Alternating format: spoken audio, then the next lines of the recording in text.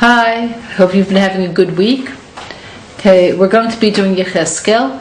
This shiur is Le'ilu Nishmas Rachalea Bas Rav Chaim Tzvi. These shiur should be a real aliyah to her neshama when you think about it. So many people hear them. In any case, we're going back to Yechezkel. We left off in the middle of Perek Tet Zayin, so we're up to Pasuk Lamed Aleph. It's a long Perek, it wasn't possible to do in one time. So we spoke about last time was how Hashem took us out of Mitzrayim. And He took us from our place of degradation and nakedness. We were on the 49th level of Tumah. We were compared to an infant abandoned in the forest. And He gave us something. He gave us true beliefs. He gave us identity. He gave us mitzvot. And we moved with it up to a certain point. But from the time of Rechavam onward, there was progressive degradation. Okay, and it wasn't conscious necessarily. Because, as we spoke about last time, you're either moving upward or downward. So when you stay the same, what that means is you made many choices not to move upward, which means you're moving downward. So they began a path that took them towards mindless avodah zarah. What motivated them was many things. The primary one was the desire for easy connection.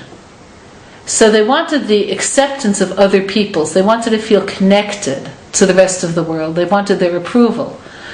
And in order to gain it, they wanted to share belief systems with them, to think like them, to be like them.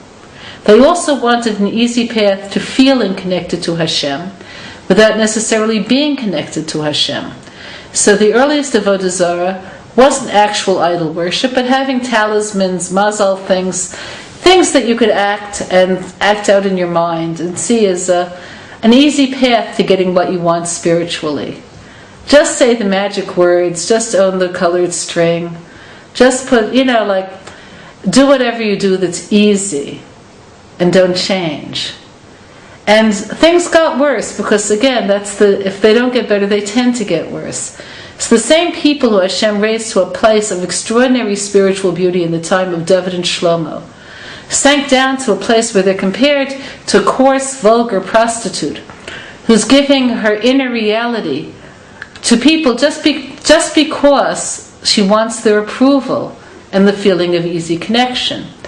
So the first step away after the talismans was private idol worship, where people were doing this privately, but on the outside they were living firm lives, wearing the clothes, doing the deeds, but in the inside they were worshipping something other than Hashem.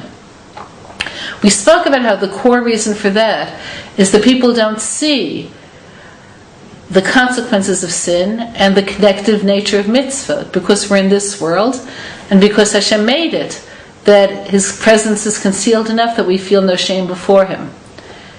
So then things only got what? Worse. Public idolatry. There was even idolatry in Natalia's time in the Beis HaMikdash itself. But remember, there still was a Beis HaMikdash. And on the outside things looked fine, even though the idol worship became more and more and more public. And in the end, as we said, we began to affect the other nations. So we not only were affected by them, but we affected them. So this is where we'll begin from. You would build piles, these big high places where idol worship could be done at the beginning of every path. And you made these high places on each street. But you weren't like a prostitute who demands a price. So what does that mean? So what that means is that you see yourself as independent from Hashem by that point. So the mashal that we had at the end of the previous parak was they saw themselves like being a zonah sholetet, like a woman who left her husband, and now she's the mistress of her own affairs. She's on her own. So this would be people who are no longer feel bound exclusively to worshiping Hashem, but they could write the script as they go. They could do this or they could do that, as long as it gives them the illusion of being connected. So usually a person does that using the parable of the zona, of the prostitute, because there's something in it for her.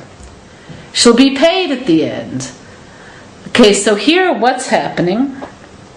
Okay, we're going in every possible direction, but where's the payment? Ha'isha ha'min'efet tachat isha tikach et zarim. This woman who's a prostitute and no longer has a relationship with her husband, she's going to other men. L'chol zonot yitnu neda. To all of the prostitutes, they would give gifts. Va'at natatet nidyanayach. You give away your dowry.